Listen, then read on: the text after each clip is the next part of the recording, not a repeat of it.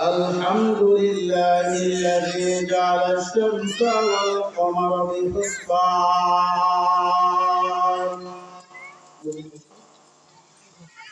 والنجم والشجر يسجدان وفضل الزمان على زمان كما فضل مكانا على مكان وإنسانا على إنسان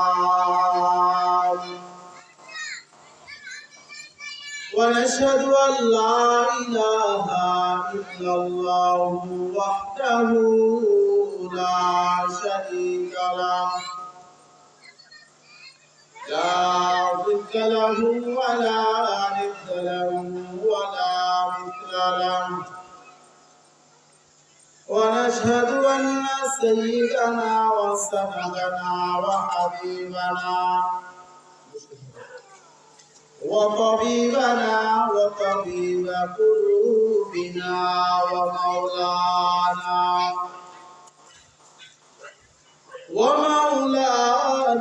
محمدا عبده ورسوله الذي أرسله الله تعالى بالحق بشيرا ونذيرا وداعيا إلى الله بإذنه وسراجا منيرا أما بعد فأعوذ بالله من الشيطان الرجيم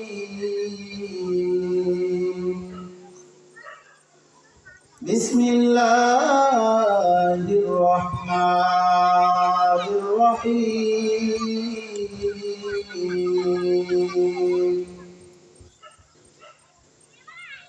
يا أيها الذين آمنوا خذوا حذركم فانفروا ثبات أو انفروا جميعا وإن منكم لمن ليبطئن فإن أصابتكم مصيبة قال قد أنعم الله علي إذ لم أكن معهم شهيدا ولئن أصابكم فضل من الله ليقولن كأن لم تكن بينكم وبينه مودة يا ليتني كنت معهم فأفوز فوزا عظيما فليقاتل في سبيل الله الذين يشرون الحياة الدنيا بالآخرة ومن يقاتل في سبيل الله فيقتل أو يغلب فسوف نؤتيه أجرا عظيما وقال رسول الله صلى الله عليه وآله وسلم ثلاث حق على الله عونهم إلى آخر الحديث সকলে নামাজের দিকে একবার اللهم صل على محمد وعلى آل محمد كما صليت على إبراهيم وعلى آل إبراهيم إنك حميد مجيد اللهم بارك على محمد وعلى آل محمد كما باركت على إبراهيم وعلى آل إبراهيم إنك حميد مجيد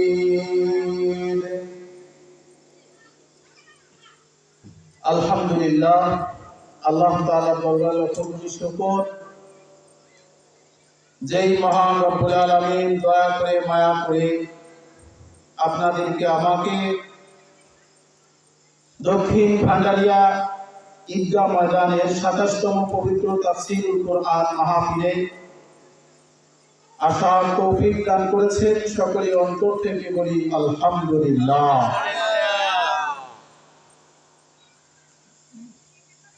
এই তাফসীরুল কোরআনের মাহফিলগুলোকে যদি আমরা ক্লাস মনে করি, দুনিয়ায় যেমন ইংলিশের ক্লাস হয়, অঙ্কের ক্লাস হয়, ঠিক এই ক্লাস হচ্ছে আল্লাহ তাআলার কোরআনের ক্লাস। কার ক্লাস? আল্লাহ তাআলার কোরআনের ক্লাস। এখানে মানুষ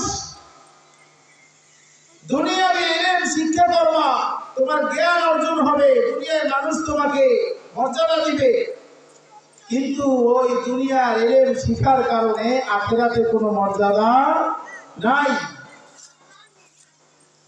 আর যদি আখিরাতের ইলম অর্জন করা যায়, আখিরাতের ইলম শেখা যায়, আল্লাহ তাআলা বলেন তাহলে তোমার এই আখিরাতে ইলম শেখার কারণে দুনিয়ায় যেমন ভাবে তোমাকে আমি নূরে নূরান্বিত বানিয়ে দিব, মানুষ তোমাকে ভক্তি করবে, মহব্বত করবে, ঠিক কিয়ামতের ময়দানে আমি আল্লাহ তাআলা তোমাকে অগণিত নেকি দিয়ে তোমাকে জান্নাতে পৌঁছায় দিব। সুবহানাল্লাহ। এজন্য এই তাফসীরুল কোরআন মাহফিলে যারা আয়োজক আছেন, যারা পরিশ্রম করে টাকা দিয়ে, পয়সা দিয়ে, শ্রম দিয়ে, মেধা দিয়ে যারা যেইভাবেই শরীক আছেন এই মাহফিলের সাথে, এবং বিশেষ করে এই ২৭তম তাফসীর, এই তাফসীর থেকে নিয়ে শুরু করে যারা দুনিয়াতে ছিলেন, আজকে দুনিয়াতে তারা দুনিয়াতে বেঁচে না, আমরা তাদের জন্য দোয়া করব। আল্লাহ যেন সকলকে তার রহমতের ছায়ায় সকলকে যেন দৃষ্টি দিয়ে নেন। সকলে বলেন আমিন।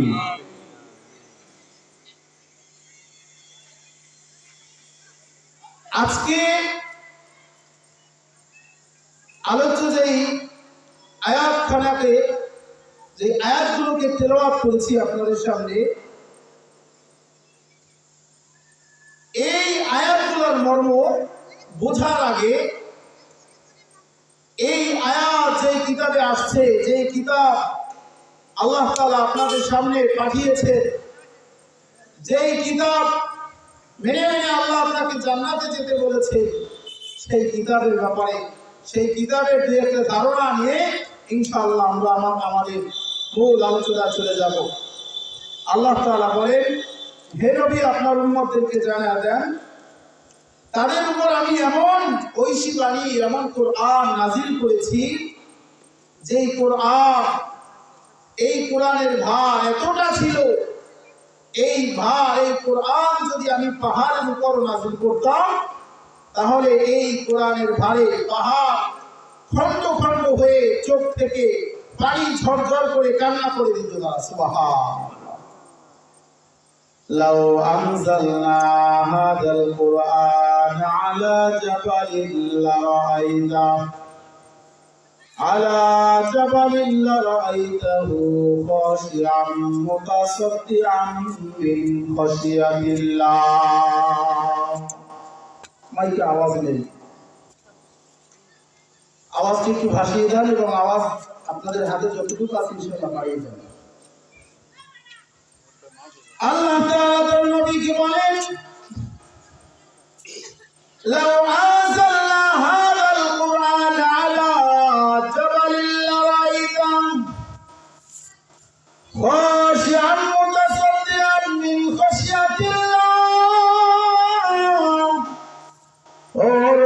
আপনার উম্মতদেরকে জানা দেন, আমি আল্লাহ তাআলা এই কোরআন মানুষের উপর নাযিল না করে যদি পাহাড়ের উপর নাযিল করতাম, এই কোরআনের ভারে পাহাড়টাও খান খান হয়ে যাইত। কোরআনের এত মায়া, কোরআনের এত মর্ম, কোরআনের এত ফজিলত।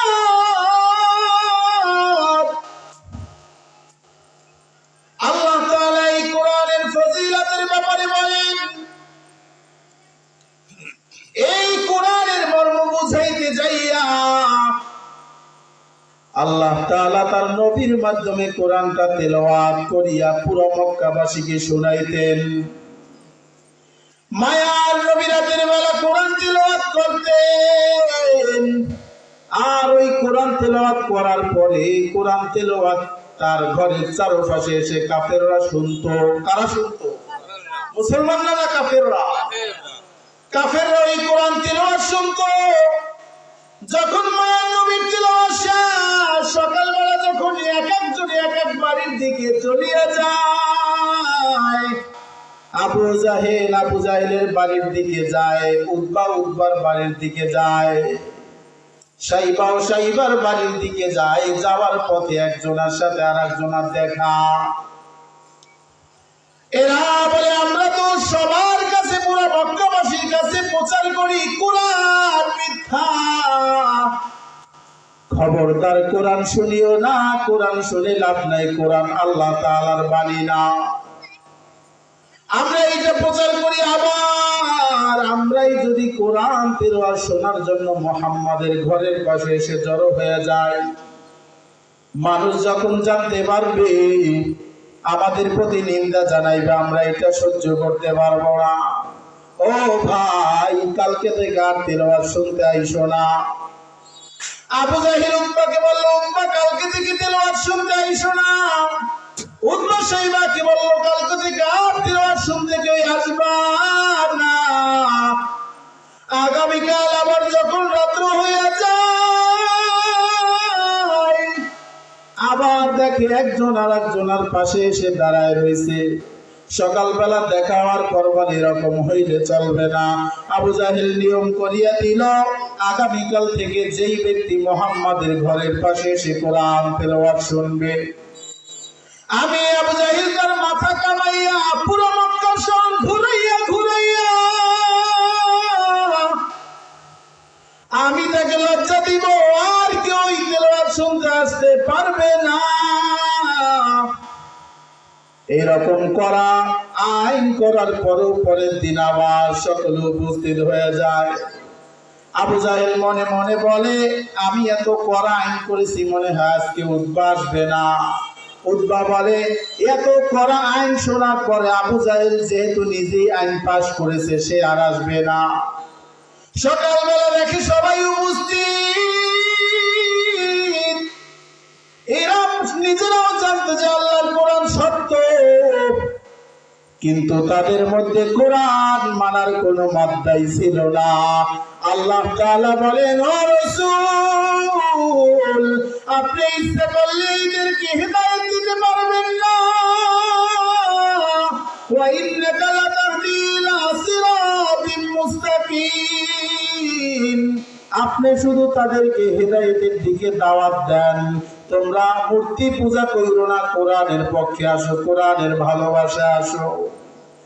আর আপনি চাইলেই তাদেরকে হেদায়েত দিতে পারবেন না। হেদায়েতের চাবি একমাত্র আমি আল্লাহর হাতে। এই জন্য আল্লাহ রাসূল বারবার দোয়া করতেন, আল্লাহ আপনি কোরআনের জন্য, ইসলামের জন্য দুইজন ব্যক্তিকে কবুল করিয়া নেন। একজন হচ্ছে ওমর, আর একজন আবু জাহেল। তবে আমার মায়ের নবীর মনের মধ্যে আকাঙ্ক্ষা ছিল যেন আবু জাহেল ইসলাম গ্রহণ করে মুসলমান হয়ে যায়। কারণ হলো আবু জাহেল তার আপন চাচা, কিন্তু আল্লাহ বলেন, আমি উপর থেকে সিদ্ধান্ত নিয়েছি, একমাত্র হেদায়েতের মালিক আমি আল্লাহ। আবু জাহেলকে হেদায়েত না দিয়ে আমি ওমরকে হেদায়েত প্রাপ্ত বানা দিলাম। সুবহানাল্লাহ। এই হচ্ছে কোরআন। কোরআনের বাণী এত মজা, শুধু মুসলমান নয়, কাফের মুশরিক বেঈমানরাও যদি কোরআন তেলাওয়াত শুনে চোখের পানি ধরে রাখতে পারে না, এবং কান সেদিকে না দিয়া অন্যদিকে দেওয়া কারো সাধ্যের মধ্যে নয়। এটা হচ্ছে কোরআনের মজা। কিসের মজা? কোরআনের মজা। সানবক্সটা ঘুরিয়ে দেন ভাই, সানবক্সের আওয়াজ বাড়াই দিয়ে কি লাভ? চারোদিকের আওয়াজ বাড়াই দেন, সেটা বলেছি। এবং একটু বাড়িয়ে দেন, এবং একটু বাড়িয়ে দেন। না, এরকম কানের দিকে ফিরে রাখা তো উচিত না। একটা মাইক তো থাকবে স্টেজের দিকে।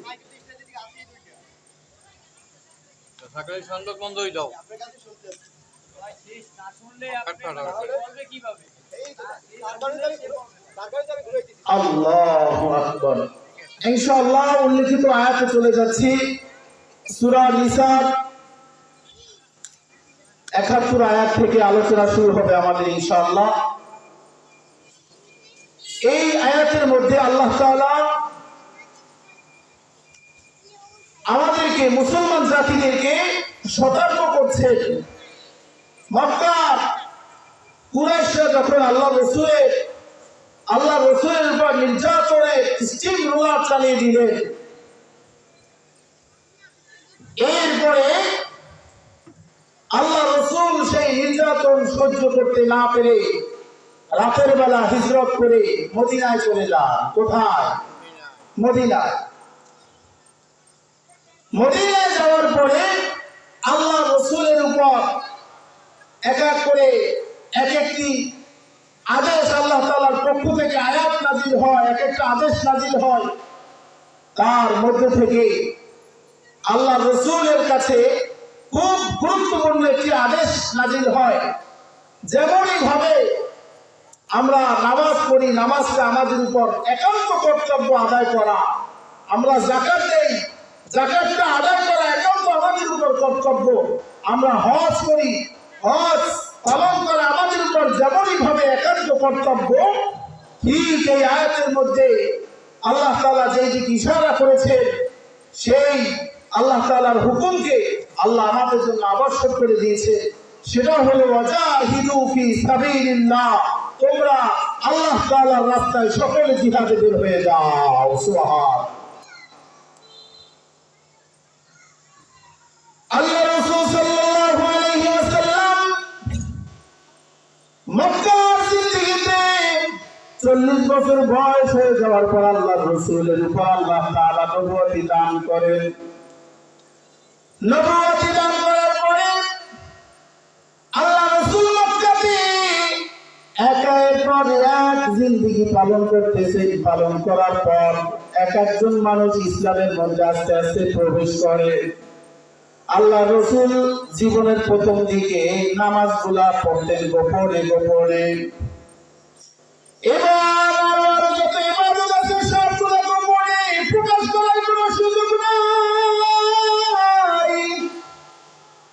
কারণ হইল আল্লাহ তাআলা মুহাম্মদ নবীকে যে এই বংশের মধ্যে পাঠাইছেন, ওই বংশের মধ্যে আল্লাহ তাআলা সকলেই যে নিমজ্জিত ছিল, মানুষগুলা সবাই মূর্তি পূজা, বাপ দাদার পূজার উপর নিমজ্জিত ছিল। এইরকম রসুলের পর আস্তে আস্তে মানুষগুলো যখন ইসলামের মধ্যে দীক্ষিত হয়, আল্লাহ রাসূল তাকায় দেখতেছেন আমি এখানে বসে মানুষদেরকে ইসলামের দিকে দাওয়াত দেই, কিন্তু একনিষ্ঠ ভাবে দেওয়া যায় না। যারা ইসলাম গ্রহণ করে তাদের উপর কাফেররা এত বড় নির্যাতন করে। খাব্বাব রাদিয়াল্লাহু তাআলা আনহু যখন ইসলাম গ্রহণ করলেন, আল্লাহ তাআলাকে একক বলিয়া মানলেন।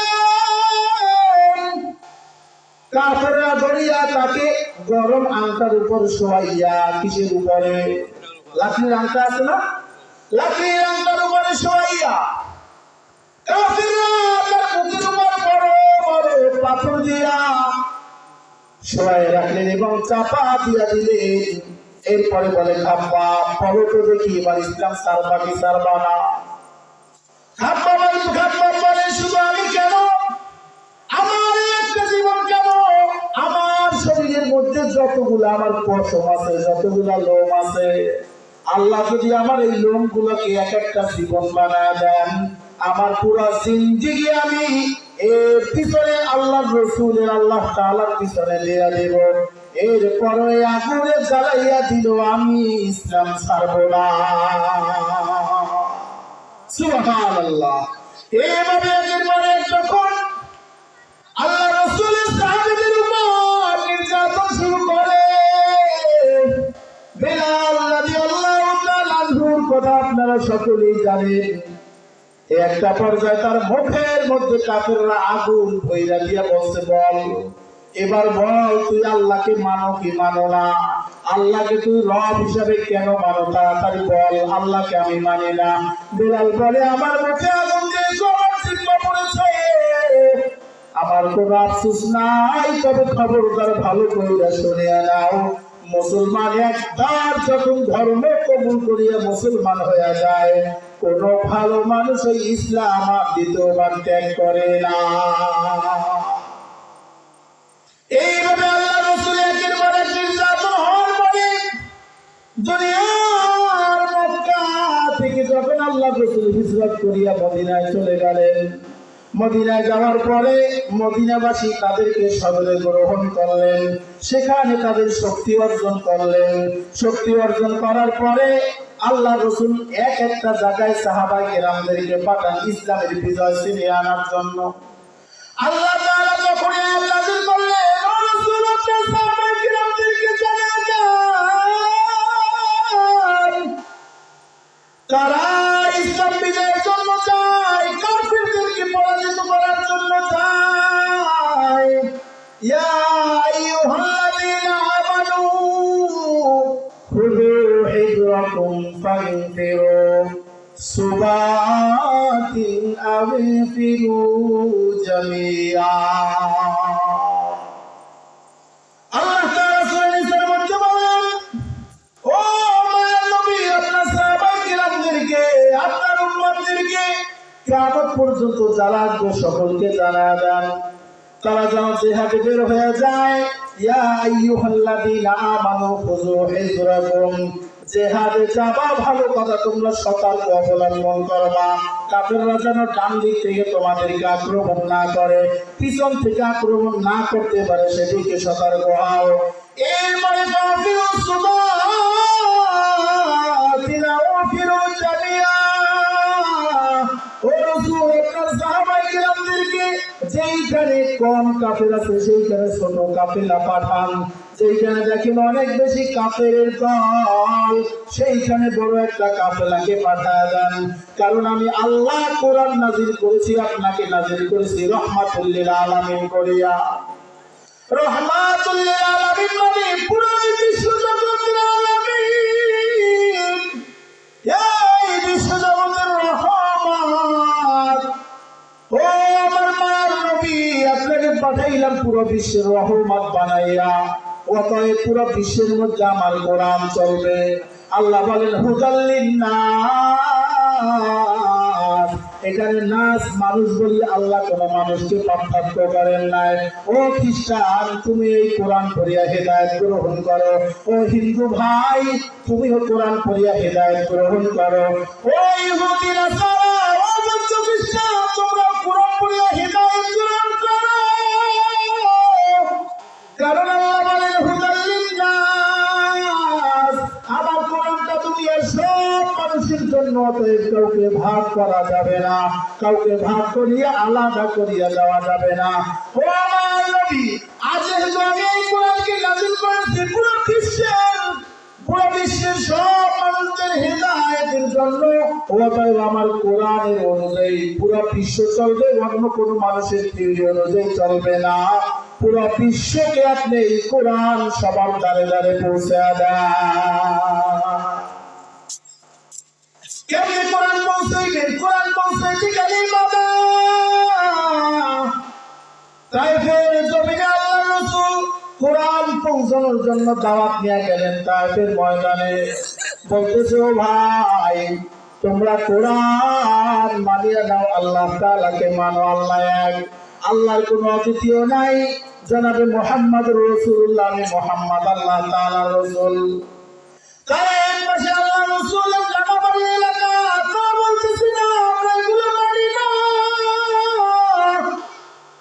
আমরা আমাদের বাপ দাদার ধর্ম ছাড়িয়ে আমরা অন্য কোথাও যেতে পারবো না, আমরা না আমাদের বাপ দাদার ধর্ম ছাড়িয়ে অন্য কোনো ধর্ম গ্রহণ করতে পারবো না। তারা মুহাম্মদ আমার নবীকে না মারিয়া বাচ্চাদেরকে নিয়ে দিল। বাচ্চাদেরকে বলল, বাচ্চারা তোরা মুহাম্মাদের গায়ে পাথর মারবি, মার, তোরা মুহাম্মাদের গায়ে পাথর মার। হাদিসের ভাষা আছে পাথর মারতে মারতে আল্লাহ রাসূলের মাথায় যে হেলমেট ছিল সেটার গুণা ভেঙে ভেঙে রাসূলের চেহারার মধ্যে ঢুকিয়া যায়, রাসূলের মাথার মধ্যে ঢুকিয়া যায়। শরীর থেকে পাথর মারার আঘাতে রাসূলের শরীর থেকে রক্ত আস্তে আস্তে বের হয়ে এত রক্ত বের হয়েছে পায়ের সাথে তার জুতা রক্ত দিয়ে আটকে গিয়েছে। এরপর আল্লাহ তাআলা বলেন, ওয়াজাহিদু ফি সাবিলিল্লাহি হাক্কা জিহাদি। ও নবী, জিহাদ বন্ধ করা সম্ভব না, কারণ এই জিহাদটা চলবে কিয়ামত পর্যন্ত। কোন পর্যন্ত? জিহাদ চলবে কিয়ামত পর্যন্ত, জিহাদ বন্ধ করা যাবে না। কারণ আমি আল্লাহ তাআলা পুরো সমগ্র বিশ্বের মালিক, আমি আল্লাহর কোরআন সমগ্র বিশ্বের মধ্যে চলবে। যদি আল্লাহর নাম বাদ দিয়া অন্য কেউ অন্য নামে ধর্ম প্রচার করতে যায়, আল্লাহ বলেন সেই ধর্মকে তোমরা গড়িয়ে দাও। আল্লাহ বলেন, আমি পুরো বিশ্ব তো বানাইছি, আমি আল্লাহ বানাইলাম, বানাইয়া তোমাদেরকে মূল একটা আমার উদ্দেশ্যকে জানাই দিলাম। ওয়া খলাকাতুল জিন্না ওয়াল ইনসা ইল্লা লিয়াবুদুন। ও মানুষ, ভালো করে কান করে শুনে রাখো, আমি তোমাদেরকে বানিয়েছি একমাত্র আমি আল্লাহর ইবাদতের জন্য। কি জন্য? আচ্ছা বলেন তো, আল্লাহ বলেন, হে মানুষ, এই মানুষের মধ্যে যারা বিধর্মী আছে, যারা ইসলাম ধর্ম গ্রহণ করে নাই, তারাও কি শামিল আছে না নাই? যারা মানুষ, যাদের চোখ আছে, কান আছে, হাত পা আছে, তারা তো মানুষ, তারাই কি মানুষ? তো আল্লাহ মানুষ বলে সম্বোধন করলেন যে তোমাদেরকে বানাইছি আমার ইবাদতের জন্য, আমি আল্লাহর ইবাদতের জন্য। অতএব তোমরা যদি আমি আল্লাহকে বাদ দিয়া অন্য কারো ইবাদত করার জন্য, অন্য দিন প্রচারের জন্য, বাস্তবায়নের জন্য দৌড়াও, সেখানে কিয়ামত পর্যন্ত এমন একটা দল জারি থাকবে, আমি আল্লাহ জারি করিয়া দিব। তোমরা যখনই কোন ইসলাম বিরোধী কাজ করবে, তখনই আবার সেই উলামায়ে কেরাম হোক, তারা ইসলামের সাধারণ মানুষ হোক, সেই দলটা তোমার ওই বিধর্মী কাজ ধাপিয়ে দেওয়ার জন্য তারা রাস্তায় নেমে যাবে। সুবহানাল্লাহ। এটা হচ্ছে আল্লাহ তাআলা আদেশের পাওয়া। আল্লাহ বলেন, আমার কোরআন আমি নাযিল করেছি এবং এই কোরআনের হেফাজত কে করব? আমি আল্লাহই করব। আল্লাহ কি বলেন? ইন্না লাহনু নাযালনা যিকরা ওয়া ইন্না লাহু লাহাফিজুন।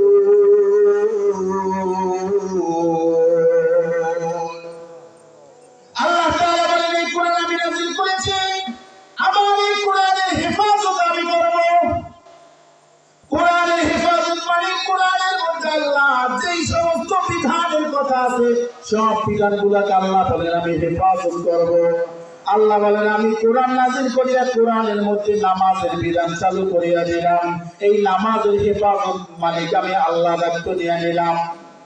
আবার আমি কোরআনের মধ্যে হজ করার জন্য আদেশ করলাম। আমি আল্লাহ আদেশ করিয়া হজ করার যেই সমস্ত মন মানসিকওয়ালা মানুষগুলো আছে, তাদের দায়িত্ব আমি আল্লাহ তাআলা নিয়ে নিলাম। আমি এরপরে কোরআনের মধ্যে আবার যেই ধর্মগুলো আছে, যেই আদেশগুলো আছে, আল্লাহ বলেন এই আদেশগুলো বাস্তবায়নের জন্য আমি আল্লাহ তাআলা তোমাদের কাছে ওয়াদাবদ্ধ হইলাম এবং মানিয়া নিলাম।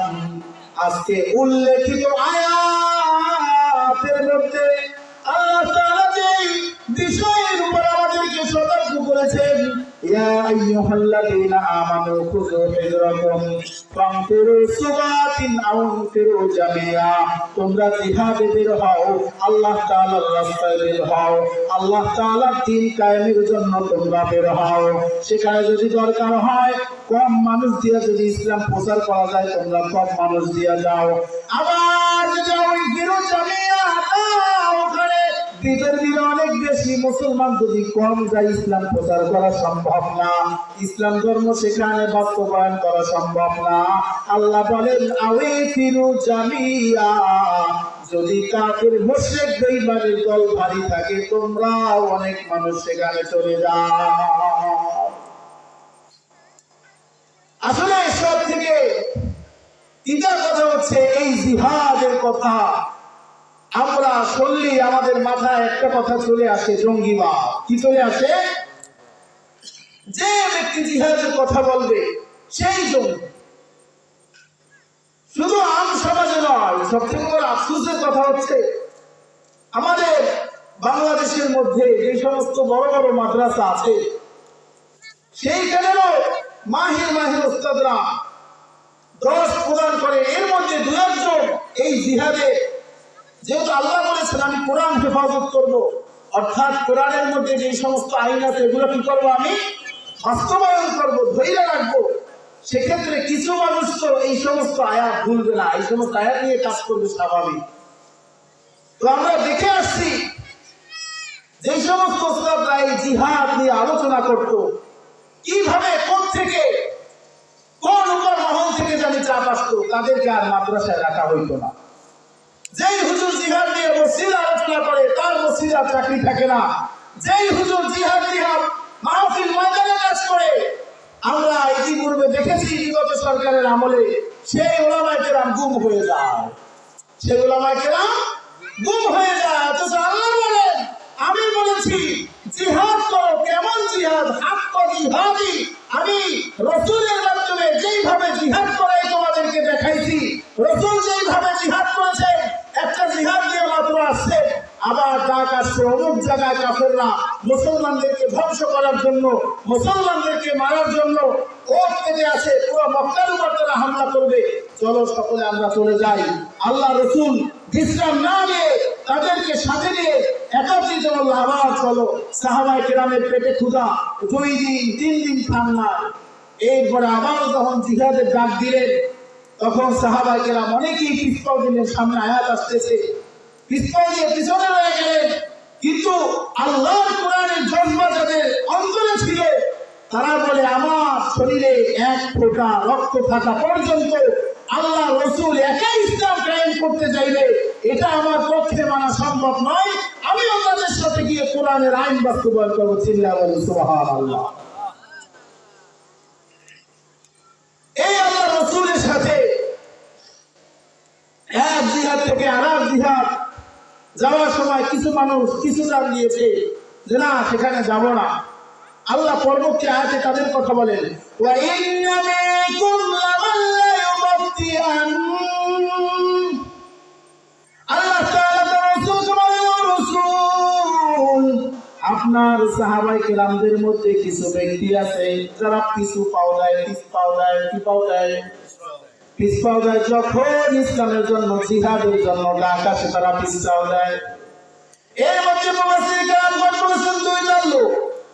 একজন হইল মুনাফিক, আরেকটা দল হইল তারা মুনাফিক না, তারা হইল মুসলমান কিন্তু অলস। ফ্যামিলির মায়া সাইরা জিহাদে যাইতে চায় না, স্ত্রীর মায়া সাইরা জিহাদে যাইতে চায় না, ধন সম্পদের মায়া ব্যবসা বাণিজ্যের মায়া সাইরা জিহাদে যাইতে চায় না। আব্দুল্লাহ ইবনে উবাই ইবনে সুলুল, এই উবাই ইবনে সুলুলের কথা আল্লাহ রাসূল বলেন, আল্লাহ রাসূল যখন জিহাদে যাইতেছেন সাহাবায়ে কেরাম সংবাদ, আল্লাহ রাসূল জিহাদে যান, কাফেরদের সংখ্যা হইল 10,000, কত হাজার, আর মুসলমানদের সংখ্যা 1,000, কয় হাজার, 1,000। আল্লাহ রাসূল বলেন এত কম সাহাবী দিয়া এত বেশি মানুষের সাথে কিভাবে যুদ্ধ করব। এরপরে প্রতিমধ্যে কিছু সামনে যাওয়ার পরে উবাই ইবনে সুলুল একজন মুনাফিক, এই মুনাফিক পিছন থেকে এমনি তো লোকজন কম, এমনি লোক কি কম, পিছন দিয়া 300 মানুষের একটি কাফেলা নিয়া পালাইয়া অন্য রাস্তা দিয়া চলে গেলেন। আমার মায়ের নবী মনে মনে অনেক কষ্ট পাইলেন। আমার আল্লাহ বলেন, ও তোমার পিছন থেকে মুসলমানদেরকে নিয়ে সইরে গেছে, কোন আফসোস করিও না, কারণ আমি আল্লাহ যেই ব্যক্তির দলে থাকবো ওই ব্যক্তিকে যুদ্ধে হারানোর কোনো বাপের ক্ষমতা নাই আছে। এই জন্য এখন দেখেন না যুদ্ধ চলতেছে, আমেরিকার শক্তির অভাব নাই, কিন্তু কোরআনের রাষ্ট্রের সাথে সে পারতেছে না। কারণ কি? অথচ তার জনবল শক্তি বেশি, অস্ত্রের শক্তি বেশি, টাকার শক্তি বেশি, তেলের শক্তি বেশি, সবকিছুর শক্তি বেশি। কিন্তু আল্লাহ বলে না রে, শক্তি থাকলে আমি কি তার হেফাজতের মালিক আমি আল্লাহ। আবার দেখেন আফগানিস্তানের দিকে তাকায় দেখেন মোল্লারা কিভাবে ইসলাম কায়েম করলো। এত শক্তি আমেরিকা, শক্তির অভাব নাই, অস্ত্রের অভাব নাই। আর তারা জঙ্গলের মধ্যে থাকিয়া, পাহাড়ের নিচে নিচে থাকিয়া তালেবানরা এত শক্তি অর্জন করলো। আল্লাহ বলেন, ওরে এই শক্তি তো তোদের না, এই শক্তি দিয়েছি আমি আল্লাহ। এই জন্য যুদ্ধে যখন গেলেন, একটা যুদ্ধের ঘটনা শুনে আল্লাহ রাসূল বলেন, ও সাহাবায়ে বসো, কে কিভাবে যুদ্ধ করছো আমাকে একটু জানাও। এক এক সাহাবীর শক্তির বর্ণনা দিতেছেন। ইয়া রাসূলুল্লাহ, আমি আজকে যুদ্ধের মধ্যে 50 জন কাফেরকে হত্যা করেছি। আর একজন বলতেছে আমি এতজন কাফেরকে হত্যা করেছি। যখন পর্যায়ক্রমে আলী রাদিয়াল্লাহু তাআলা আনহুকে জিজ্ঞেস করলেন, আলী বলে, ইয়া রাসূলুল্লাহ, আমি যখন যুদ্ধ শুরু করলাম আমার হাতে ঢাল ছিল, যুদ্ধের তাড়নায় পড়িয়ে গেছে। আমি ঢাল সব হিসাবে ওই যে খানিক আমার একটা দরজা দেখেন, ওই দরজাটা লাগাইয়া ঢাল হিসাবে আমি যুদ্ধ করেছি। বাম হাতে আমার ঢালটা ওই দরজাটা রাখছি, আর ডান হাত দিয়ে আমি তলোয়ার ঘুরাইছি, কাফেরদেরকে পরাজয় করেছি।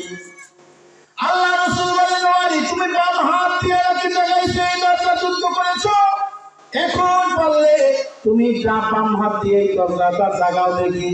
আলী এত চেষ্টা করে বাম হাত দিয়া জাগাইতে চেষ্টা করে, পারে না বাম হাত দিয়া, অথচ যুদ্ধে এই দরজা হিসেবে সে ঢাল ব্যবহার করে কাফেরদেরকে মারছে। আল্লাহ রাসূল বলেন, তুমি 2 হাত দিয়ে জাগাও দেখি। এরপরে আলী পারে না। আল্লাহ রাসূল বলেন, আরো 2-3 জন নিয়ে পারলে জাগাও, বলে পারি না ইয়া রাসূলুল্লাহ। আল্লাহ রাসূল বলেন, রে আলী, এই যুদ্ধের ময়দানের শক্তিটা তো তোমার আলী ছিল না, এই শক্তিটা ছিল আমার আল্লাহ। এই জন্য আল্লাহ বলেন, তোমাদের মধ্যে এমন কিছু ব্যক্তি আছে, ওই সমস্ত ব্যক্তিরা দেখবা কুরআনের কোন কাজ যদি সামনে আসে কাজের ক্ষেত্র পিছিয়ে যায়, যদি যুদ্ধের জন্য ডাক আসে যুদ্ধ থেকে পিছিয়ে যায়। এদের অবস্থা কেমন তোমরা জানি। আল্লাহ রাসূল বলেন, ফাইনা সাবাতুল মুসিবা, যখন তোমরা পিছিয়ে যায়, পিছু পাও যায়, আর ওই অবস্থায় যে সমস্ত মুসলমানরা যুদ্ধের ময়দানে গেল, ওয়ালাকাদ আনামাল্লাহু আলাইয়া ইযরামাকুম মাহুম শাহীদা, যুদ্ধের ময়দানে যাওয়ার পর যখন দেখে মুসলমানরা একটু পরাজয় হয়েছে, মুসলমানদেরকে আল্লাহ পরীক্ষা করার জন্য পরাজয় দিয়েছেন, তখন তারা বলেন, ওয়ালাকাদ আনামাল্লাহু আলাইয়া, আল্লাহ আমাদেরকে নিয়ামত দান করেছেন। অর্থাৎ আমাদের ভাষায় যেমন বলা হয়, আল্লাহ আমাদেরকে বাঁচাইছেন। কিভাবে বাঁচাইছেন? ইসলাম আকুম মাহুম শাহীদা, যে আমরা তাদের সাথে জিহাদে যাই নাই, উপস্থিত ছিলাম না, আমরা না যাইয়া বাড়িতে বৈশা রইছি, বিদায় আমরা মইরা যাই না। অথচ আল্লাহ তাআলা এই পরবর্তী আয়াতের মধ্যে বলেন, যারা জিহাদের মধ্যে যাও, তোমরা মনে করিও না জিহাদের ময়দানে যাইয়া তুমি শহীদ হয়ে গেছো, তোমার একটা হাত কাটা গেছে, তোমার একটা পাও কাটা গেছে, এইগুলা কাটা যাওয়ার ফলে তুমি বিকলাঙ্গ হয়ে গেছো, দুনিয়াতে তোমার দাম নাই, আখিরাতের দাম নাই। আল্লাহ তাআলা বলেন, যারা জিহাদে যায় বিকলাঙ্গ হয়ে যায় এবং যারা নিজের জিন্দেগিকে একেবারে বিসর্জন দিয়ে যায়, আল্লাহ তাআলা বলেন ফায়ুকতাল আও ইয়াগলিব, ফায়ুকতাল অর্থাৎ কোন মুসলমান যদি সেখানে কতল হয়ে যায়, শহীদ হয়ে যায়, আও ইয়াগলিব অথবা কেউ যদি বিজয় লাভ করে, তাহলে দুই দফা কি আমি আল্লাহ তাআলা অনেক বড় পুরস্কার দিব। কেমন পুরস্কার? আল্লাহ তাআলা বলেন ফাআফুজা ফাউজান আযীমা, এমন বড় পুরস্কার দিব যেটার কোনো হিসাব নাই।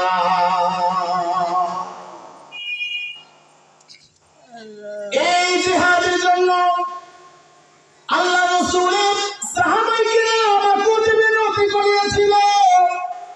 সাহাবায়ে কিরামের মধ্যে একটা তামান্না ছিল, সকলে জিহাদে যাবে, রাসূলের সাথে শহীদ হবে।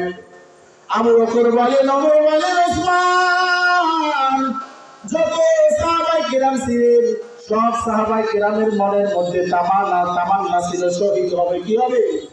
আল্লাহর রাস্তায় শহীদ হবে। আল্লাহর রাস্তায় শহীদ হবে কি হবে? আল্লাহ তাআলা সূরা মুমিনের মধ্যে বলেন, আরে মুমিন কারা দুনিয়াতে জানোনি? মুমিন কারা? কোন সমস্ত ব্যক্তিরা মুমিন? আল্লাহ তার মধ্যে বলেন, ইন্নামাল মুমিনুনা আল্লাযীনা আমানু বিল্লাহি ওয়া রাসূলিহি সুম্মা লাম ইয়ারতাবু ওয়া জাহাদু বিআমওয়ালিহিম ওয়া আনফুসিহিম ফি সাবিলিল্লাহ। প্রকৃত মুমিন কারা? আল্লাহ তাআলা বলতেছেন, নিজে বলেন আল্লাহ, ইন্নামাল মুমিনুন, ও রাসূল আপনার উম্মতদেরকে জানাবেন প্রকৃত মুমিন কারা। আল্লাহ রাসূল বলেন, প্রকৃত মুমিন হলো এই সমস্ত ব্যক্তিরা। কোন সমস্ত ব্যক্তিরা? আল্লাযীনা আমানু বিল্লাহি ওয়া রাসূলিহি, আল্লাহ তাআলার উপর ঈমান রাখবে, আল্লাহ এক, আল্লাহর কোনো দ্বিতীয় নাই, ওয়া রাসূলিহি এবং রাসূল মুহাম্মদুর রাসূলুল্লাহ, আল্লাহ তাআলার সর্বশ্রেষ্ঠ নবী এবং সর্বশেষ নবী।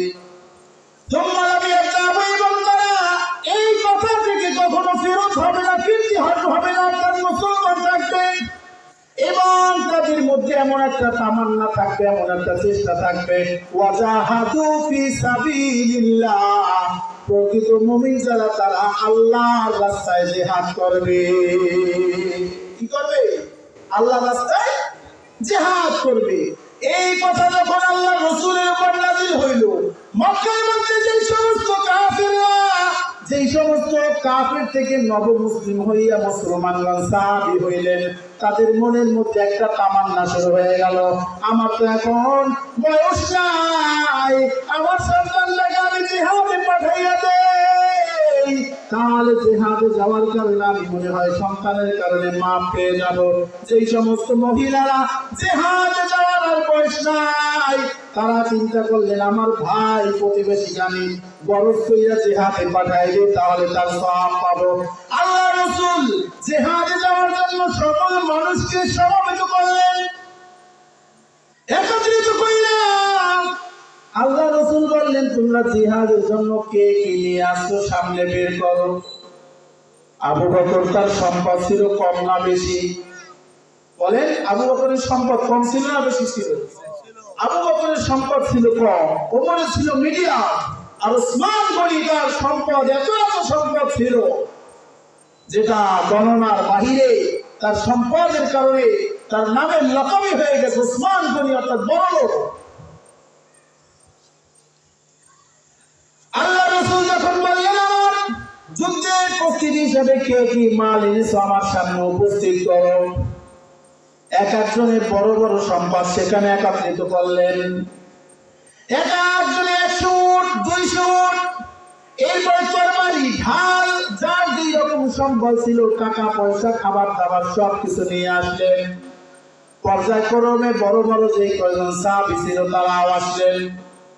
আল্লাহ রাসূল বললেন, ওসমান তুমি জিহাদের জন্য কি কি প্রস্তুত করেছো আমাকে একটু বলো। আল্লাহ যে বললেন, ওয়াজাহিদু বিআমওয়ালিকুম ওয়া আনফুসিকুম, তোমরা জিহাদ করো বিআমওয়ালিকুম, তোমাদের মালের মাধ্যমে, তোমাদের সম্পদের মাধ্যমে, বিআমওয়ালিকুম ওয়া আনফুসিকুম, এবং সাথে সাথে তোমাদের নফস দিয়া, শক্তি দিয়ে তোমরা আল্লাহর রাস্তায় জিহাদ করো।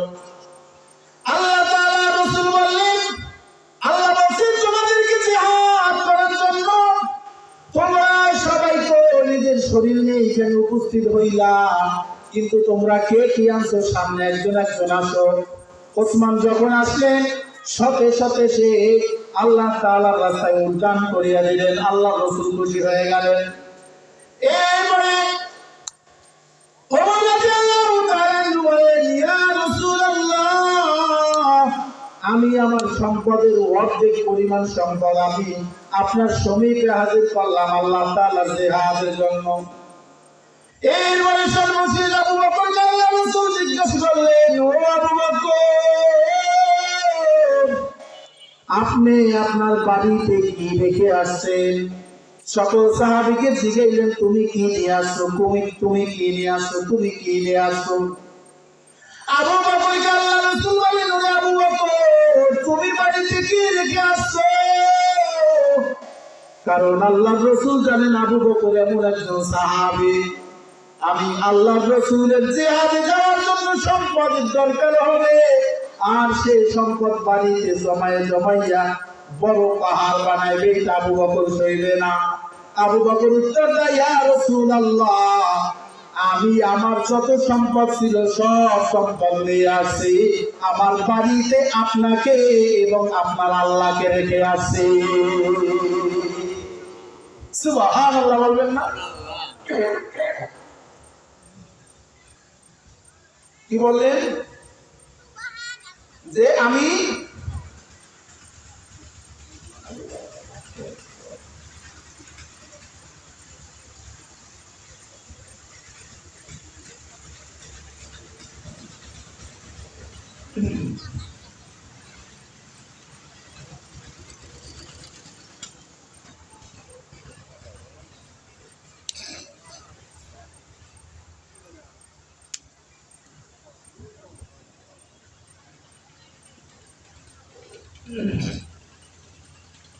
কি বললেন?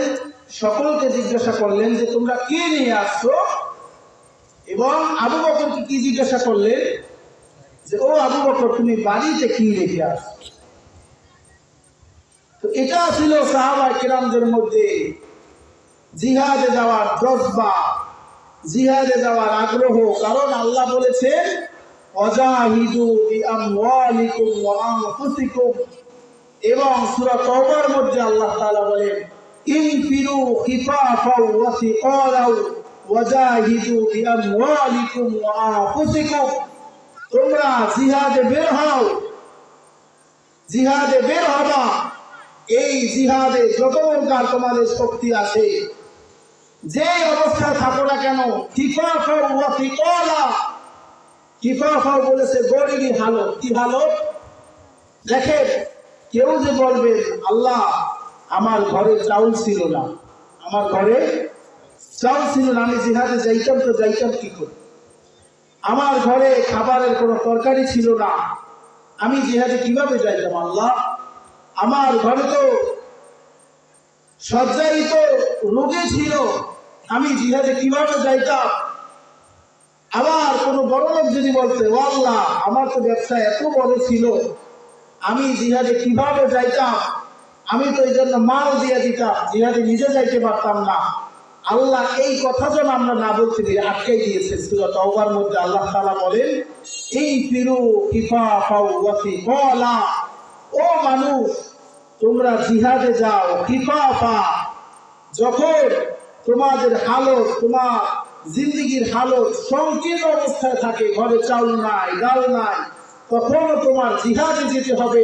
ওয়াসিকালান, এবং তোমার নিজের জিন্দেগি যদি টাকা পয়সা অনেক বেশি হয়ে যায়, তখন তুমি জিহাদে যাও বিআমওয়ালিকুম ওয়া আনফুসিকুম, তুমি সেখানে সম্পদকে ঢালো, তুমি সেখানে তোমার জিন্দেগির শক্তি ব্যয় করো।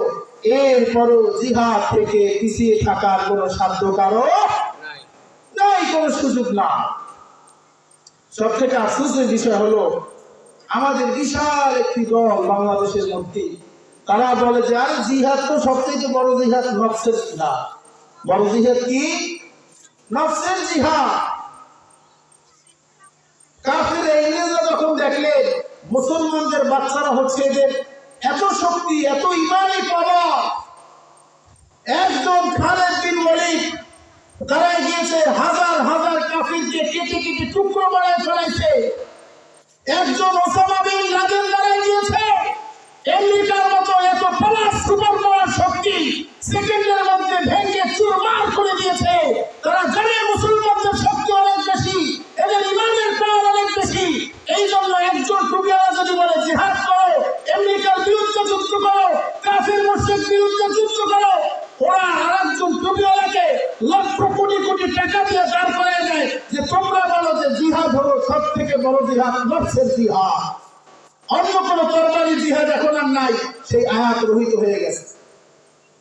তোমরা বলো সেই তীরের জিহাদ এখন আর নাই, সেটা রহিত হয়ে গেছে। এখন জিহাদ হচ্ছে নফসের জিহাদ। আরে মিথ্যা তো বলা যাবে না, আরে নামাজ বাদ দেওয়া যাবে না, এটাই হচ্ছে জিহাদ। তারা কি দলিল দেয় ভালো করে বুঝে।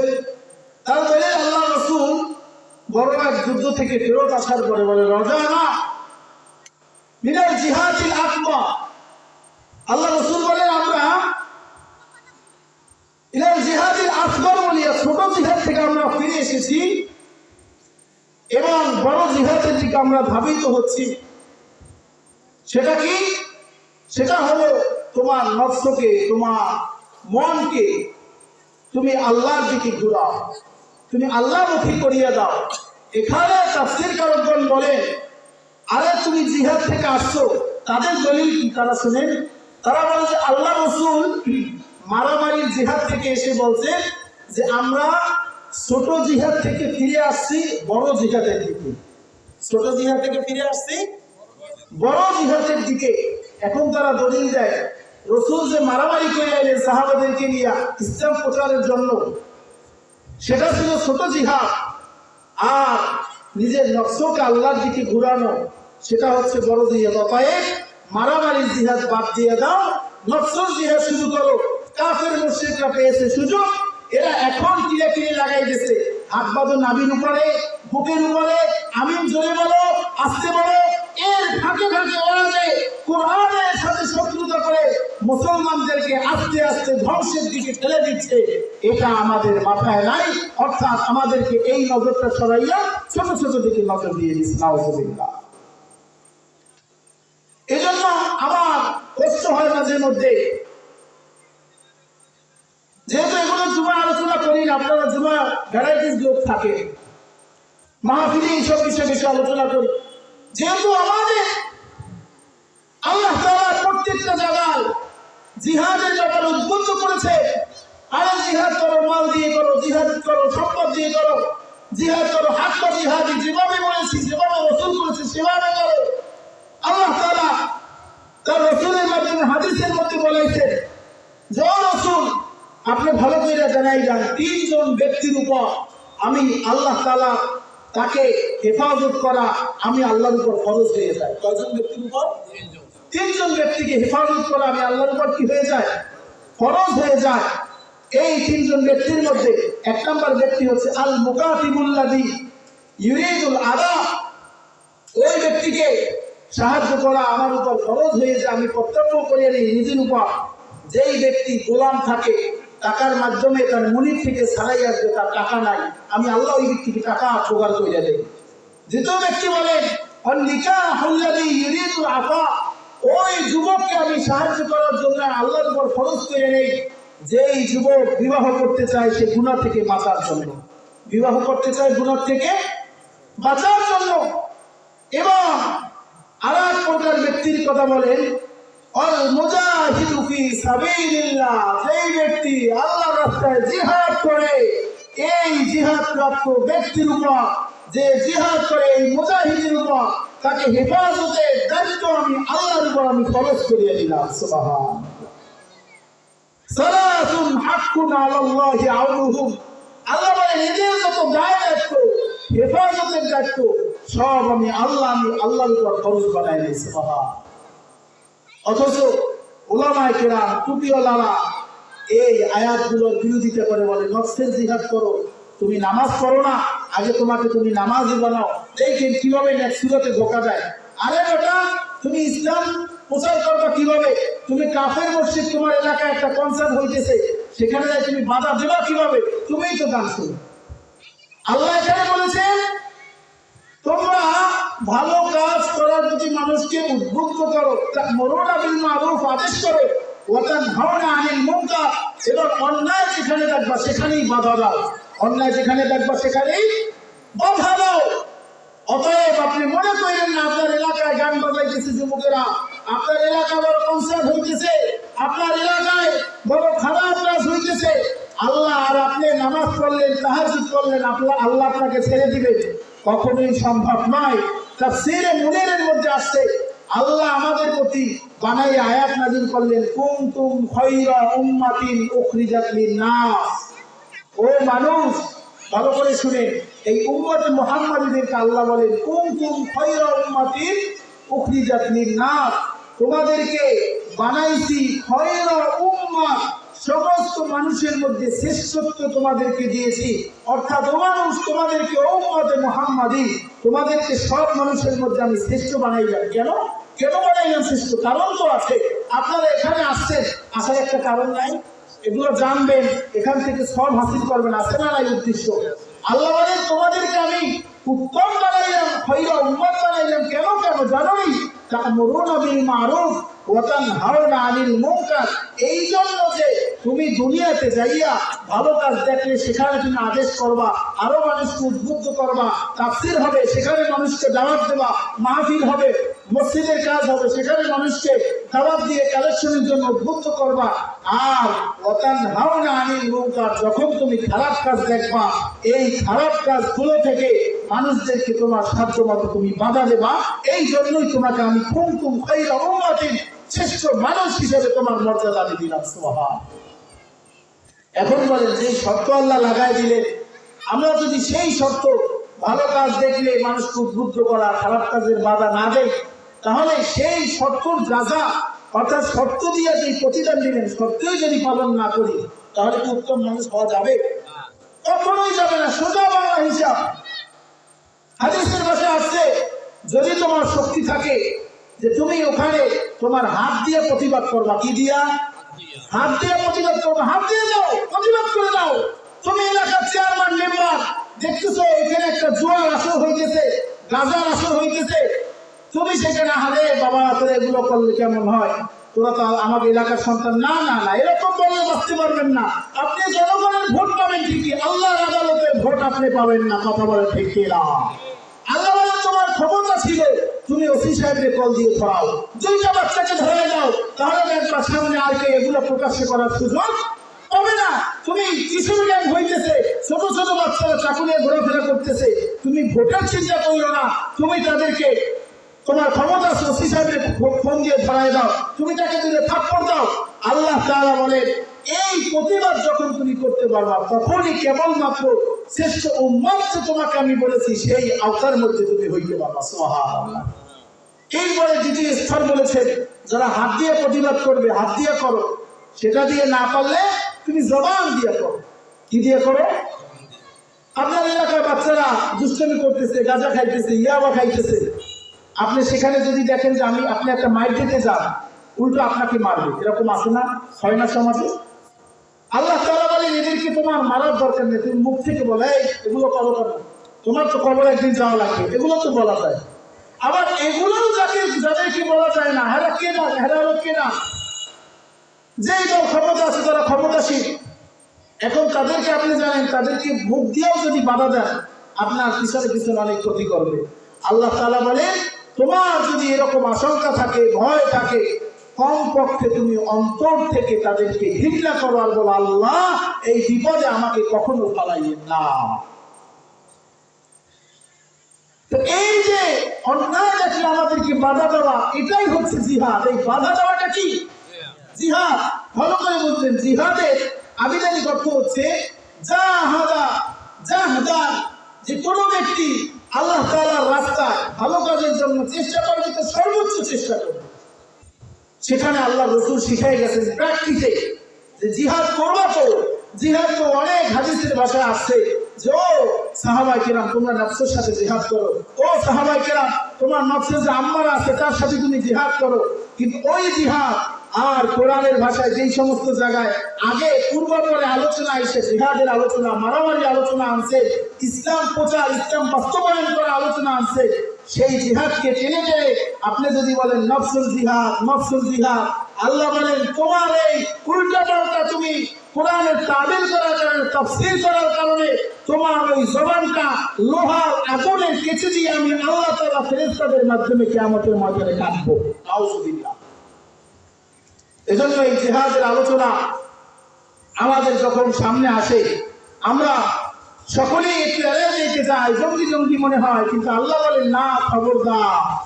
এই জিহাদ হচ্ছে এমন একটি জিনিস, এমন একটি আলোচনা যেটা মানুষ যখন এই আদেশের মধ্যে যাবে, প্রবেশ করবে, আল্লাহ বলেন ফাউজা ফাউজান আযীমা, আমি আল্লাহ তাকে এমন নিয়ামত দান করবো যেটা সে কখনো কল্পনাই করতে পারবে না। সুবহানাল্লাহ।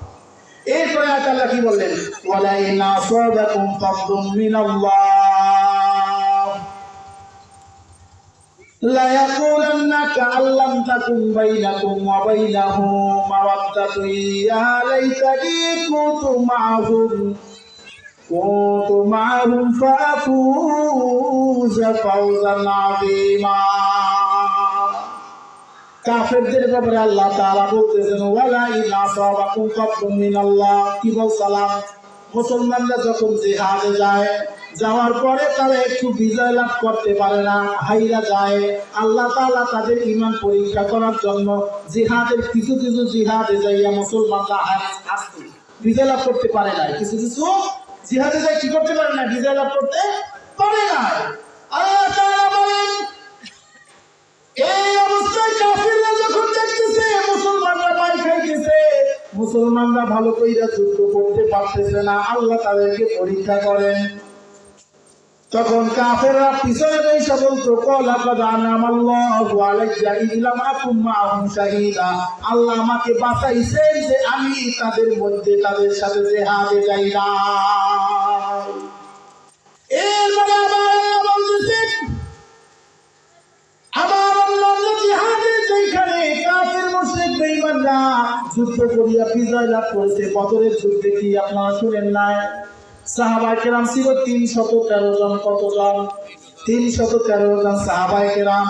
আর কাফেররা ছিল সেইখানে 3000 কাফের।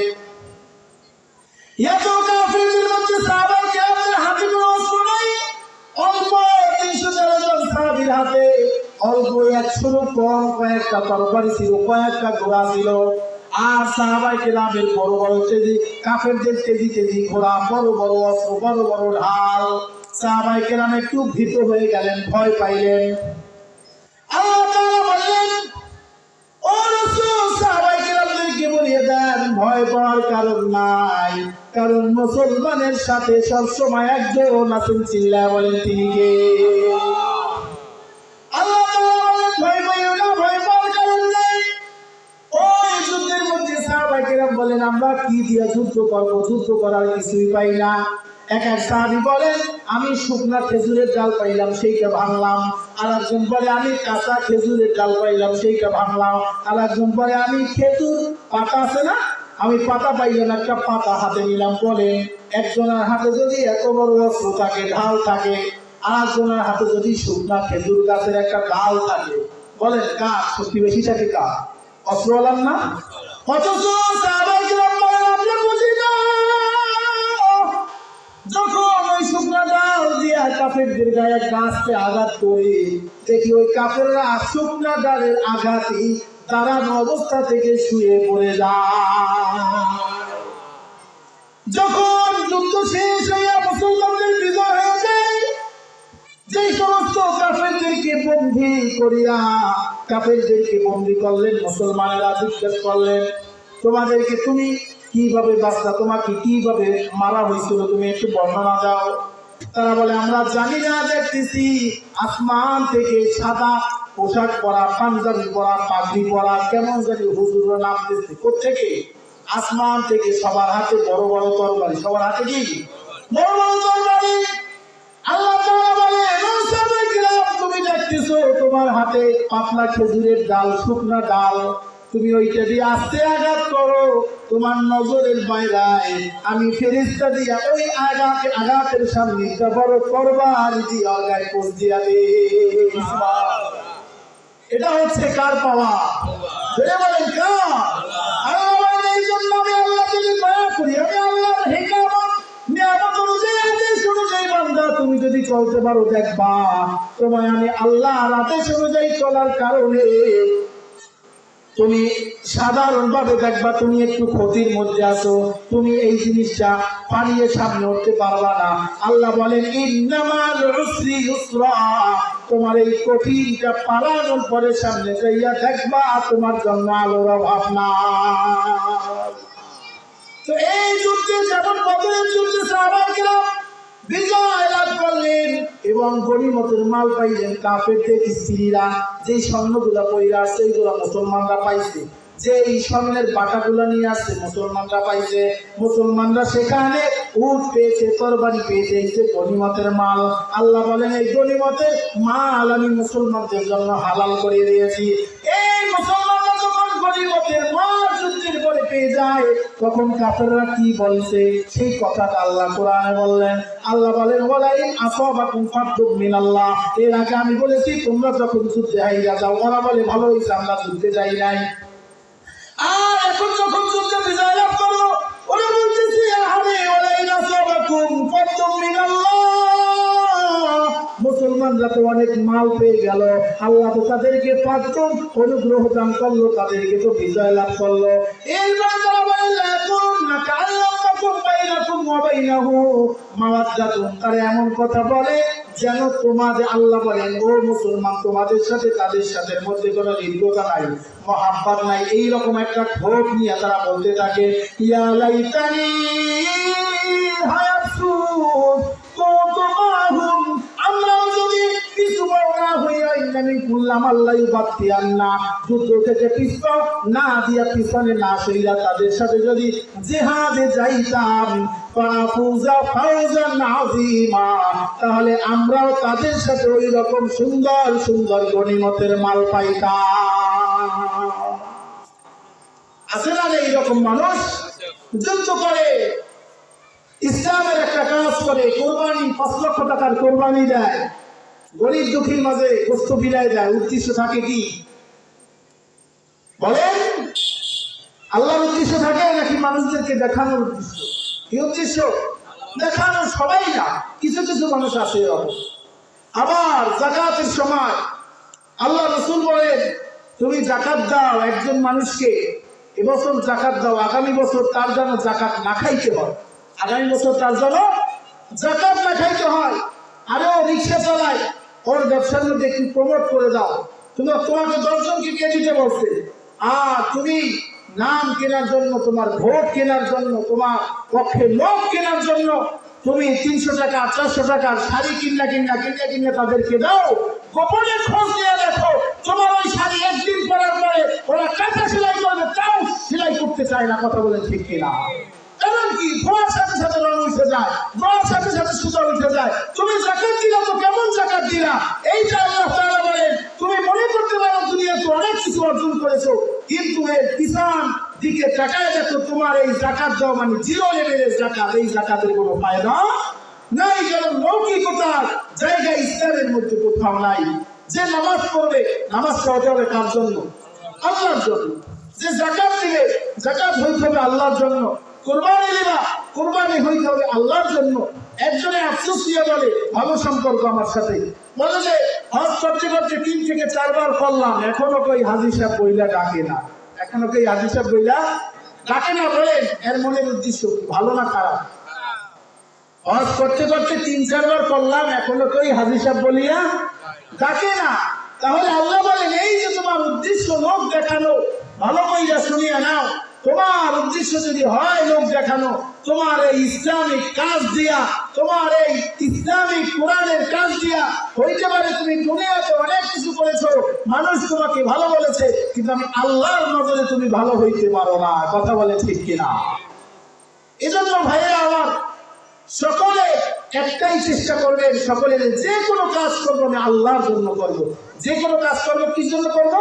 আল্লাহর জন্য। এখানে কাফেরদেরকে আল্লাহ তাআলা কাফেরদের উদ্দেশ্য করে বললেন, তারা যখন দেখলেন আহারে আল্লাহ বদরের যুদ্ধে মুসলমানরা সাহাবায়ে কেরামরা তো যুদ্ধে বিজয় লাভ করলেন, এত এত স্বর্ণ পাইলেন, সাহাবায়ে কেরামরা উট পাইলেন, তরবারি পাইলেন, সেখানে গিয়ে ঢাল পাইলেন, আমরা তো পাইলাম না। ইয়া লাইকানি কুনতু মাহুম, আহারে আমরা যদি তাদের সাথে থাকতাম, পিছুবার না দিয়ে যদি তাদের সাথে যাইতাম।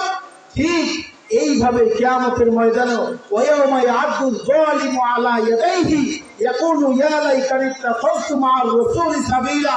যারা কাফের আছে, যারা মুশরিক আছে, যারা নামাজ পড়ে না, যারা রোজা রাখে না, মুসলমানদের বিরোধিতা করছে, এই সমস্ত কোরআনের মাহফিলের বিরোধিতা করছে, ওয়ায়াউমা ইয়াদুল যালিমু আলা ইয়াদাইহি, তারা কিয়ামতের দিন তাদের হাতগুলা চাবাই চাবাইয়া কামড়াই খাবে। কি করবে? কামড়াই বস্তুগুলো খাবে, আফসোস করিয়া করিয়া, আর বলবে আহারে মা রসুলি সাবিলা, আমি যদি রসুলের সাথে থাকতাম, রসুল যে পথগুলো বলেছে তার রসুলের ওয়ারিসরা ওলামায়ে কেরামরা যে সমস্ত পথে চললে জান্নাতের কথা বলেছেন, আমরা যদি ওই পথে চলতাম, আরে আমরা যদি ওই পথে চলে নিজের জিন্দেগিটাকে ভালো বানাইতে পারতাম, তাহলে মনে হয় আজকে আমরা জান্নাতে যাইতে পারতাম। এই কাফেররা ঠিক ওইভাবে আফসোস করলেন, ইয়া লাইতানি কুনতু মাহুম, আরে আমরাও যদি তিসমা ওয়াইয়া মিনকুম লামাল্লাই ওয়াক্তি আন্না, এই আয়াতের মধ্যে না পড়িয়া আমরাও যদি মাহুম তাদের সাথে যাইতে পারতাম, ফাউজা ফাউজান আযীমা, তাহলে জানি কত কিছু অর্জন করতে পারতাম, আমার এই হালত এই অবস্থায় থাকতো না, আমি আরো বড় লোক হইতে পারতাম। আল্লাহ রাসূল সাল্লাল্লাহু আলাইহি ওয়াসাল্লাম এই অবস্থা দেখার পরে আল্লাহ রাসূল আল্লাহ তাআলার কাছে দোয়া করলেন, আল্লাহ সাহাবায়ে কিরামদের মন শক্ত বানায় দেন যুদ্ধের প্রতি। আল্লাহ তাআলার সাথে সাথে কোরআনের আয়াত নাযিল করিয়া দিলেন। ও আল্লাহ রাসূল ভালো করে শুনিয়ে নেন, ফালইউকাতিল ফি সাবিলিল্লাহ ইল্লাযীনা ইয়াশতারুনাল হায়াতাদ দুনিয়া বিল আখিরা। আপনার সামনে যেই সমস্ত সাহাবায়ে কেরামদেরকে দেখেন, তারা যেন যুদ্ধ করে, কারা, কোন সাহাবায়ে কেরাম, তাদের বৈশিষ্ট্য কি? আল্লাহ বলেন আল্লাযীনা ইয়াশরুনাল হায়াতাদ দুনিয়া বিল আখিরা। এখানে তাফসীর ইবনে কাবীরের মধ্যে, তাফসীর মাজহারের মধ্যে, তাফসীর মুনীরের মধ্যে একই কথা আছে। ইয়াশরুনা থেকে দুইটা দলকে আল্লাহ তাআলা উদ্দেশ্য করছেন। এক নাম্বার হইল মুনাফিকের দল, দুই নাম্বার হইল মুসলমানদেরকে। আল্লাহ একজনকে এক আয়াতে এক মেসেজ মুসলমানদের দিকে, আর অর্থ যদি ধরা হয় তাহলে কাফেরদের দিকে যায় কিভাবে? আল্লাহ এখানে বললেন ফালিউকাতিল ফি সাবিলিল্লাহ। ও আল্লাহ রাসূল, ও আমার মায়ার নবী, আপনি আপনার সাহাবায়ে কেরামদেরকে বলিয়ে দেন তারা যেন যুদ্ধ করে। কোন সাহাবায়ে কেরাম? আল্লাহ এখানে আল্লাহ তাআলা তাদের ভাগ করেন, তাদেরকে দুইটা ভাগ করেন। কি বলেন? ইয়াশরুনাল হায়াতাদ দুনিয়া বিল আখিরা। ইয়াশরুনা, এটা থেকে দুইটা অর্থ নেওয়া হয়। একটা হচ্ছে আল বাইউ, ক্রয় করা, আর একটা হচ্ছে ইশতারাইতু। আল বাইউ বিক্রি করা, ইশতারাইতু ক্রয় করা, দুইটা অর্থ। একটা শব্দ থেকে অর্থ আসে কয়টা? দুইটা। ক্রয় করা এবং বিক্রয় করা। কি করা? ক্রয় করা এবং বিক্রয় করা। আরবির মধ্যে, কোরআনের মধ্যে এরকম কিছু কিছু শব্দ আছে, ওই শব্দগুলো দিয়ে একাধিক অর্থ উঠে, একাধিক অর্থ উঠে। ইয়াশরুনা এখানে বলা হয়েছে দুইটা অর্থ নেওয়া সম্ভব। এক নম্বরে আল বাইউ, যদি বিক্রি করা অর্থ নেওয়া হয় তাহলে এখানে অর্থ দাঁড়ায় আল্লাযীনা ইয়াশরুনাল হায়াতাদ দুনিয়া বিল আখিরা। আল্লাযীনা ইয়াশরুনা অর্থাৎ আল বাইউ বিক্রি করা, আল্লাযীনা ইয়াশরুনা যারা বিক্রি করে, হায়াতাদ দুনিয়া দুনিয়ার জিন্দেগিকে, দুনিয়ার মহাব্বতকে, দুনিয়ার ধন সম্পর্কে, দুনিয়ার ছেলে মেয়ে আত্মীয় স্বজন সবাইকে সে যদি বিক্রি করিয়ে দেয় বিল আখিরা, আখিরাতের লাভে, আখিরাতের মাধ্যমে, আখিরাতের বিনিময়। অর্থাৎ তারা এখানে প্রথম মুসলমানদেরকে মিসদাক বানালেন, মুসলমানদেরকে বললেন যে সমস্ত মানুষেরা আল্লাযীনা ইয়াশরুনাল হায়াতাদ দুনিয়া বিল আখিরা, আখিরাতের বিনিময়ে দুনিয়াটা বিক্রি করিয়া দেয়। আখিরাতের দুনিয়া কি করে? বিক্রি করিয়া দেয়। যেমন আল্লাহ তাআলা আখিরাতে বলেন জান্নাত দান করবেন, আবার জান্নাত দান করবেন।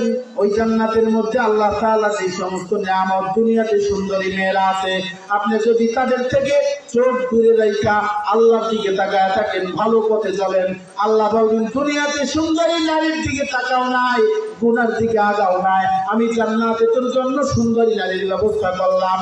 তুই দুনিয়ার মধ্যে বড় বড় বিল্ডিং দেখেছো, এরপর গুনার দিকে আগাও নাই, গুনার মধ্যে হাত না বাড়াইয়া তোর গরিবী হালতের মধ্যে ছিলে। এই জন্য আমি আল্লাহ তাআলা জান্নাতের মধ্যে করে বড় বড় বিল্ডিং দান করবো। দুনিয়ার মধ্যে ধন সম্পদ সোনা দানার মধ্যে তুমি নজর দাও না, বলেছো ওগুলো অর্জন করতে হলে আমাকে হারাম পথে চলতে হবে, আমি এগুলো অর্জন করবো না। আল্লাহ তাআলা বলেন তোর স্ত্রীর জন্য দুনিয়াতে তুই কয় ভরি স্বর্ণ দিতি? 5 ভরি, 10 ভরি, 100 ভরি, 200 ভরি স্বর্ণ দিতি। আর আমি কিয়ামতের ময়দানে জান্নাতে যাওয়ার পরে তোর স্ত্রীর পা থেকে মাথা থেকে পা পর্যন্ত পুরো শরীরেই স্বর্ণ দিয়া ভইরা দিব। সুবহানাল্লাহ।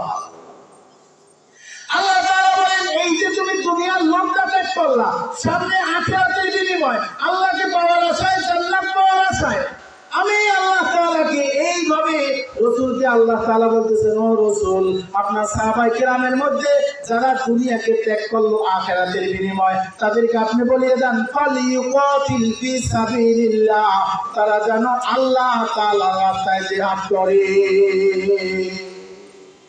তারা যেন কি করে? আল্লাহর রাস্তায় জিহাদ। এবার এখান থেকে তাফসীর কারকগণ আরেকটু অর্থ নেন। ইয়াসরুনা এখান থেকে যদি ক্রয় করার অর্থ নেওয়া হয়, ক্রয় করার অর্থ যদি এখানে নেওয়া হয় ইশতারা ইশতিরাও, ক্রয় করার অর্থ নেওয়া হলে অর্থটি এভাবে আল্লাযীনা ইয়াসরুনাল হায়াতাদ দুনিয়া, যারা দুনিয়ার জিন্দেগিকে ক্রয় করে। আগে ছিল বিক্রি করে, আগে ছিল কি করে? বিক্রি। এখন বলা হয়েছে আল্লাযীনা ইয়াসরুনাল হায়াতাদ দুনিয়া, যারা দুনিয়ার জিন্দেগিকে ক্রয় করে বিল আখিরা, আখিরাতের বিনিময়। কিসের বিনিময়? আখিরাতের বিনিময়। আছে না? আরে আখিরাতে কবরে গেলে যা হয় হইবে, হুজুররা এত কত কইবি, জুমায় গেলে হুজুররা আলোচনার অভাব নাই। আরে কবরে যাওয়ার পর হবে সিগারেট দিয়ে তো আমি খাই, আছে না এমন কিছু? আরে নামাজ কবরে যাওয়ার পর যা হওয়ার হবে, এখন আমার কাজ আছে, আমি কাজ করে লই। রমজান মাসে এমন বড় আফসোসের বিষয়, 500 বস্তা 100 বস্তা সিমেন্ট আনার শক্তি আছে, কিন্তু এমন মানুষ আছে রোজা দেওয়ার শক্তি তার গায়ে নাই। আছে না নাই? আছে না নাই? বোঝা গেল সে 500 বস্তা টানার ফজিলত অনেক বুঝে গেছে, কিন্তু একটা রোজা রাখার ফজিলত আজ পর্যন্ত তার আকলে আল্লাহ করার শক্তি দেয় না। এই জন্য এখানে দ্বিতীয় অর্থ যদি নেওয়া হয়, আল্লাহ বলেন ওই সমস্ত ব্যক্তিরা যেন আল্লাহ তাআলার রাস্তায় জিহাদ করে, যারা দুনিয়ার জীবনকে ক্রয় করে আখিরাতের জিন্দেগির বিনিময়। অর্থাৎ এখানে তাদেরকে তওবা বুঝাইছে। কি বুঝাইছে? তওবা। যে সমস্ত কাফেররা পিছন থেকে জিহাদের মধ্যে আব্দুল্লাহ ইবনে উবাই ইবনে সুলুল পিছন থেকে 300 সাহাবায়ে কিরামদেরকে নিয়ে জিহাদের পিছন থেকে সহিরা গেলেন। সহিরা যাওয়ার পরে আল্লাহ কেমন জানি তাদেরকে বলতেছেন, আসো আসো, তোমরা যে আখিরাতের বিনিময়ে দুনিয়াটা ক্রয় করলা, না না এই দুনিয়ায় শান্তি নাই, এই দুনিয়ায় কিন্তু শান্তি নাই। দুনিয়া হলো অশান্তির একটা জায়গা। দুনিয়া কিসের জায়গা ভাই? দুনিয়া হলো অশান্তির একটা জায়গা। এই দুনিয়াকে তুমি আখিরাতের বিনিময়ে ক্রয় করিও না, কারণ তুমি দুনিয়া যদি আখিরাতের বিনিময়ে ক্রয় করো, দুনিয়ার জিন্দেগি ছোট, আখিরাতের জিন্দেগির শুরু আছে কিন্তু শেষ না। আখিরাতের জিন্দেগির শুরু আছে, শেষ নাই।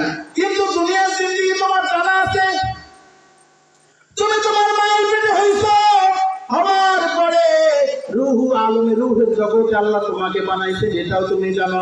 তুমি তোমার মায়ের পেটে হইলা, সেখান থেকে দুনিয়াতে বাইজা থাকলা, আবার তুমি মৃত্যুবরণ করলা, কবরে শোয়াই দেওয়ার পরে তোমার নতুন জিন্দেগি শুরু। কবরের জিন্দেগি শুরু হয়ে যায় না?